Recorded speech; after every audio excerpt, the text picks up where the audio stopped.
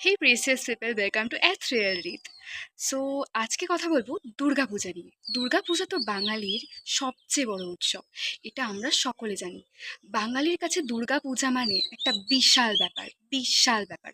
দুর্গাপূজা যেন আমাদের প্রতিটা বাঙালির ঘরের অনুষ্ঠান। প্রতিটা বাঙালির ঘরের মেয়ে বাপের বাড়ি ফিরছে তার 4 ছেলে মেয়েকে নিয়ে। হ্যাঁ, স্বামীকে নিয়েও আসে, স্বামীও থাকে, স্বামী ছাড়া কি মা আসতে পারে? মা দুর্গা কবে আসবে এই অপেক্ষা আমরা প্রতি বছর ভাসানের দিন থেকেই করতে শুরু করে দিই। মায়ের আসার আনন্দে শহর, গ্রাম, গোটা শহরতলি জুড়ে আনন্দের সুর ভেসে বেড়ায়। গোটা শহরে এক জমজমাট আনন্দের ভাব, যেন প্রতিটা বাঙালির ঘরে নিয়ে ফিরছে।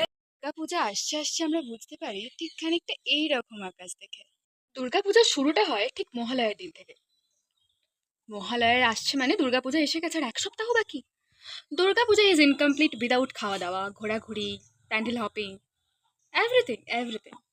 দুর্গাপূজা আসছে মানে পকেট গড়ের মাঠ করে ছাড়বো। সে পুজোর পর দেখা যাবে বাটি হাতে ভিক্ষা করবো না অন্য কোথাও গিয়ে কারো হাতের কাছে হাত পাতবো। It doesn't matter for us, but আমাদের পূজা এনজয় করতেই হবে। But remember one thing, puja enjoy করা মানে মদ খেয়ে পড়ে থাকা না। মদ খেয়ে পড়ে থাকলে পুজো কি হলো কি বুঝলে, গিলে তো পড়েই রইলে। এর থেকে বেটে সেদিনটা গিলো না, এমন অ্যাটলিস্ট গিলো না যেটা খাওয়ার পর আর পুজো ঘোরাই না যায়। যাই হোক, আউট অফ সিলেবাস। আরে টেলারিং কাকু, আমার জামাটা কবে হবে? 3 মাস আগে দিয়েছিলাম না, আপনাকে কি 1 বছর আগে থেকে দিতে হতো? তাহলে কি দশমীর দিন আমি দিয়ে রাখবো পরের বছরের জন্য এখন থেকে কিনে? দিন। ঠিক এই প্রবলেমটা হয়, কোনো দিন ঠিকঠাক টাইমে পাওয়া যায় না। ফিটিংস হয় না, শাড়ির ফলস পার বসানো হয়নি, কিছু না কিছুটা গড়বড় থেকেই যায়। আরে ব্লাউজ তৈরি করা হয়নি, রেডিমেড ব্লাউজ কিনবো ম্যাচিং হচ্ছে না।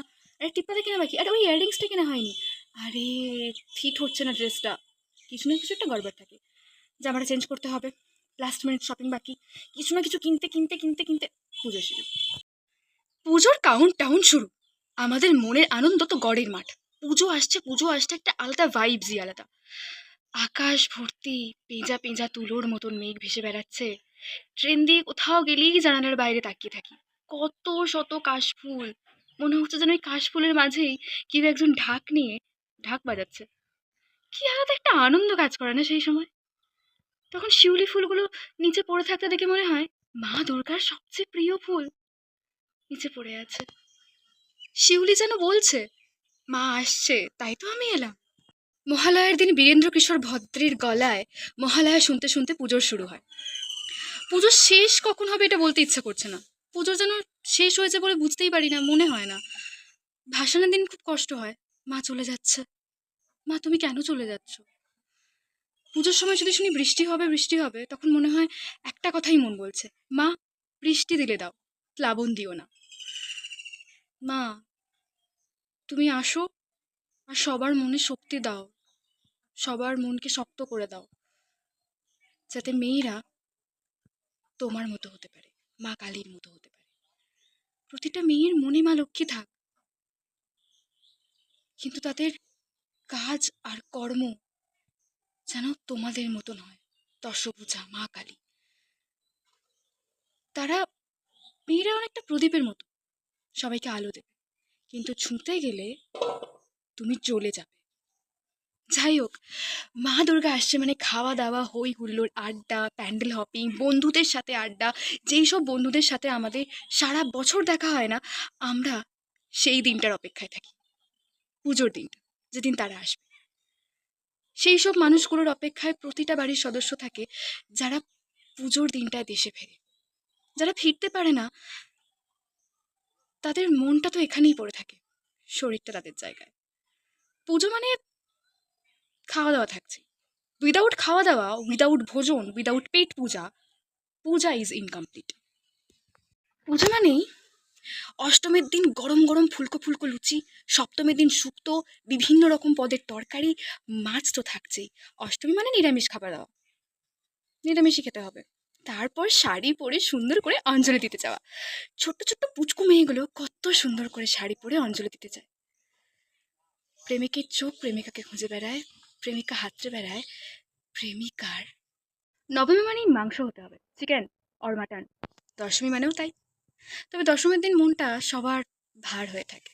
ভাসানের পর ফিরে এসে সবার সাথে দশমীর ভালোবাসা প্রণাম নিবেদন করার পর, কোলাকুলি করার পর, সৌজন্যতা দেখানোর পর, বড়দের প্রণাম করার পর, মিষ্টিমুখ করে রাত্রে সবাই ফ্রেশ হয়ে খাওয়া দাওয়া, যার যেখানে যেমন হয় আর কি। কোন বাঙালি নেই যে দুর্গাপুজোর অপেক্ষায় থাকে না? একটা সাধারণ খেটে খাওয়া মানুষও একটু বেশি করে কাজ করে দুর্গাপূজায়, যাতে সে তাদের সন্তানদের একটা নতুন জামা কিনে দিতে পারে। একটু বেশি কাজ করে একটা ছেলে আর একটা মেয়ে, যাতে সেই পুজোর কয়েকটা দিন টাকাটা খরচা করলেও একটু হলেও সেভিংস করতে পারে। ওভারনাইট ডিউটি, ইউনো, কত মানুষ আছে যারা পুজোর জন্য একটু বেশি বেশি করে খাটে তাদের প্রিয়জনদের মুখে হাসি দেখার জন্য। এটা শুধু একটা সাধারণ দুর্গাপূজা না, দুর্গাপূজা মানে এক্সপ্লেন করা যাবে না, একটা বিশাল বড় ব্যাপার বাঙালিদের জন্য।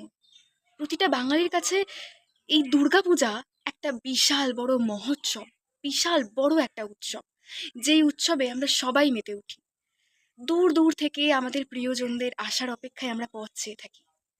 আকাশ জুড়ে সাদা মেঘের ভেলা, শিউলি ফুল, কাশ ফুলের বন, সবাই বলে যায় মা আসছে।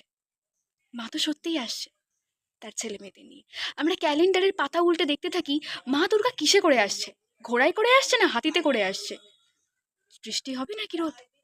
দুর্গাপূজা মানেই বন্ধুদের সাথে জমিয়ে আড্ডা, সেই সব বন্ধুদের সাথে যাদের সাথে আমাদের অনেকদিন দেখা হয় না। দুর্গাপূজা মানেই একটু বেশি করে বাইরে থাকা, একটু রাত করে বাড়ি ফেরা, কারণ তখন বাড়িতে কেউ কিছু বলবে না।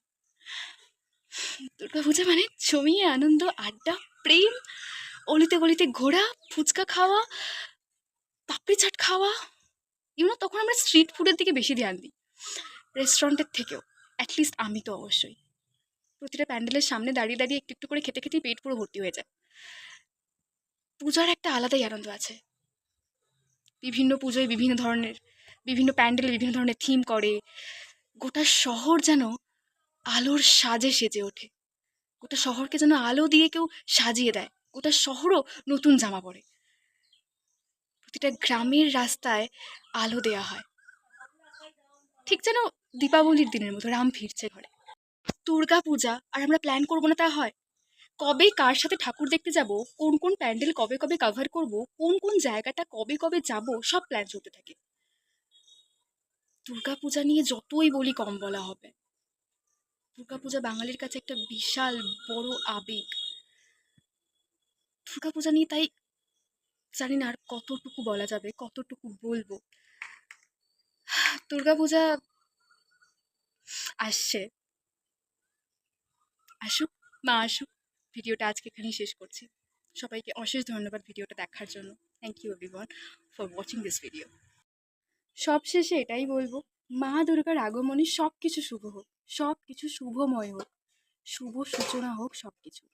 মা দুর্গা আসুক আর সব অসুরদের নিধন করুক। অশেষ ধন্যবাদ সকলকে ভিডিওটি দেখার জন্য। Thank you everyone for watching this video.